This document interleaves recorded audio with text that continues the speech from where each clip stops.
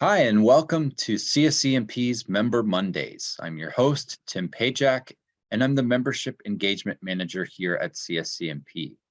Today, we're very delighted to have Rodolfo Lopez Cerdán, partner with Consultoria Estratégica.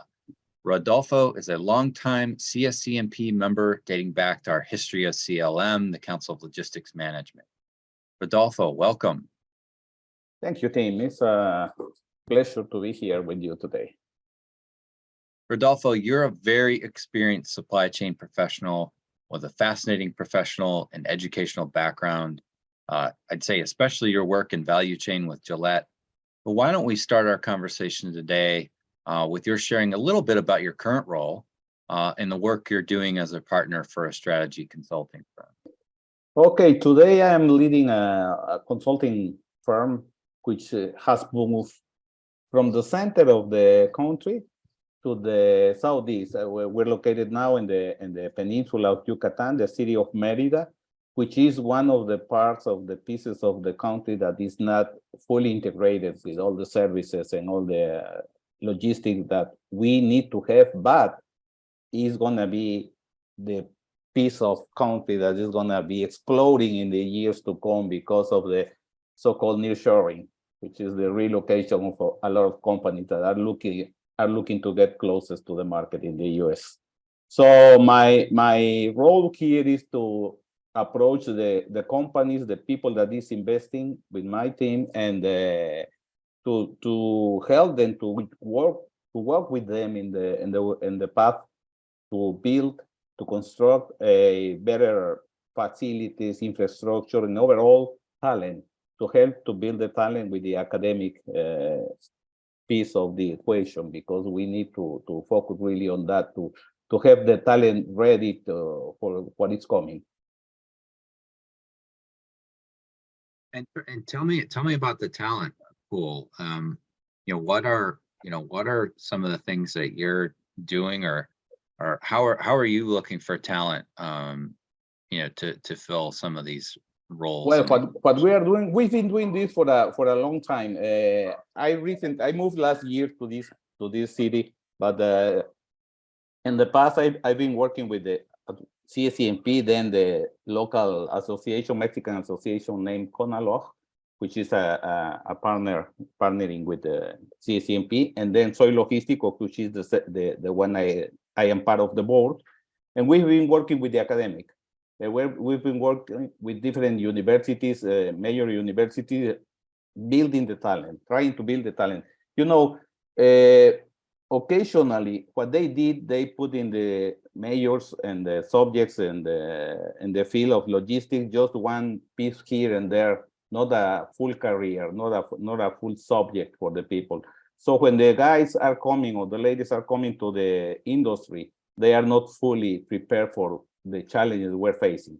So we've been working together. We have gotten some very good results in the center area in Mexico City and the surroundings, and now we are trying to expand the same practice here in the southeast, which is working with them, talks, approaching the young guys, the young people here, saying, hey guys, this is what you need when you are going to the industry. You're gonna be preparing these disciplines, in these tendencies, in these trends, which is what the people is looking for in the industry. Absolutely. Yeah, it's I asked that because it's such the topic keeps coming up every time I turn around. It comes up, but the talent pool, and getting the right people into these jobs. And on the other hand, it's very competitive too. So once you identify different candidates for these roles, then it's still a competitive, sort of battle between the candidates, right? Yeah, absolutely. For years, what we've been doing at the industry side is preparing the people. And once they are prepared, they're gone. All the companies are looking for them. So we are not in that race anymore. What we want is everybody can have their piece. And academically, we are working with these major universities, and they are on that today as well, because everybody is seeing the need, but the reality is we are way ahead of what we need.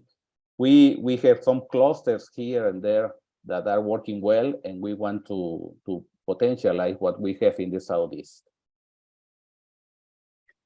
Let's take a jump backwards in time a little. Let's talk about how you got involved in supply chain. How did you first get introduced to supply chain? Or, well, I guess, back then it was, we said logistics management, right? Now I know your career really began with Gillette and the cosmetics industry. So let's hear from you about that a little bit. Yeah, when I am an engineer, industrial engineer, right? That is my major. So when I went out, I thought I could do anything, like any college graduated, I can do anything.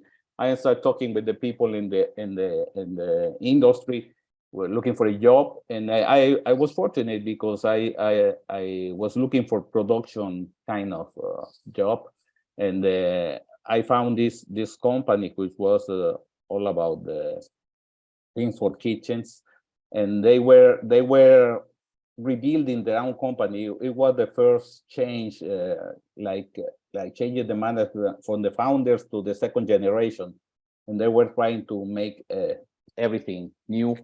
And I got there, and they were asking for people that were able to do or to be part of the transformation. So I said, I'm here.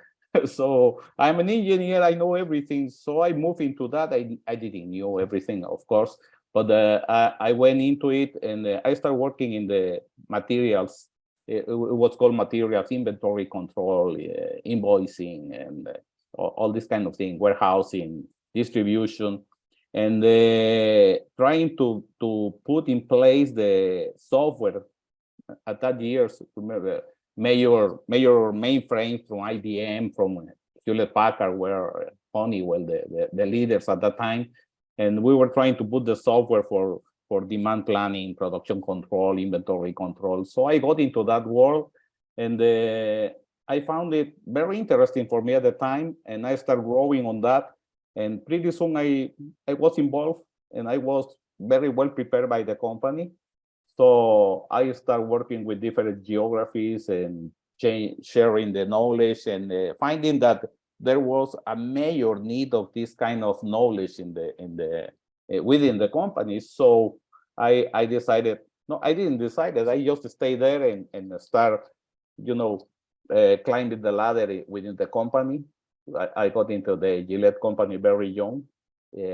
So I had the opportunity. I had great bosses. The people that was in charge at that time were very visionary, working with young people, and they were picking us here and there, like they say, low-hanging fruits from the universities. People that was eager to learn. There were a lot. I was part of them. So I went into this field. I developed in this field, and I continue. And then pretty soon, you just continue your career in that part. You see you're good on that, and that's it.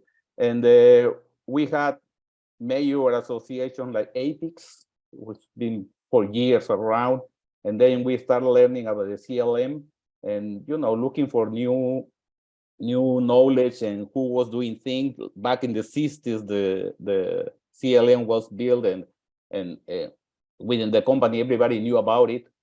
So it was like a natural way to move from your role, getting involved with this kind of disciplines, and this is it. And I am here 40 years later, still learning. How would you say CLM or CSCMP now? How has being a member and having access to content and networking, how's that been impactful for your professional journey?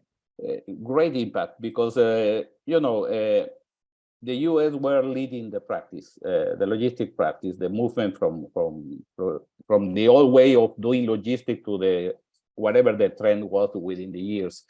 So being there, having the ability to talk to people that were having the same problems that you were having here in your company or in your region, and learning that they had it solved at that time with this or this practice, this discipline, this methodology. It was pretty good to know that it could be done. So learning, sharing knowledge, and sharing experiences was the first and the major thing that you were getting out from the CLM and other associations as well, engineering associations, APICS, MSI, several associations in your field that were doing the things. And within our region, we were facing other challenges because you knew, okay, there is a methodology, there is a software, whatever you could find with your peers, but then you had to come back and say, how is the infrastructure in my region, and how the services are here compared against any other, and trying to put this together and sharing and talking and sharing and talking. I would say always communication and sharing is the kind of the way to get knowledge. The networking is being great within the CLM first, and then the CSCMP. And after that, we decided to grow the base within Mexico. We did it here. We created our first association, which is CONALOG. I was fortunate to be the founder president. So with a lot of other executives, we continue the same path, sharing the knowledge. This is our aim, sharing the knowledge, because technology, the technical part is going to be there. You just learn it, you just take whatever you can take. But the sharing is the key to success. So what what kind of challenges are you facing now, on the job, and how are you managing it? Well, today, and I think the challenges are like in any other place in the world. The world changed after pandemic. We knew that we were kind of slow doing things. We were facing the future, like it's coming, and we weren't taking that action. And suddenly we were isolated, we were faced with a new situation, the supply chains were interrupted, everything was broken, and we had to, I call it to the learning. we have to forget whatever we did before because we were facing another situation. And as I say as well, supply chain came out of the closet. In the companies, we were something that was there. Supply chain, we needed like accounting, like payroll is there, but nobody was really realizing how important the supply chain activities and disciplines were for the sake of the business. So some companies were doing okay, some others not. The challenge is technology, avoiding the break of the chain. I used to say here with the people in my talks that when we all were isolated at home, we received whatever we wanted. Who did it? The logisticians. So everybody was doing at home, requesting books, food, health, medicines, whatever, and you were getting that at home, and we were in pandemic.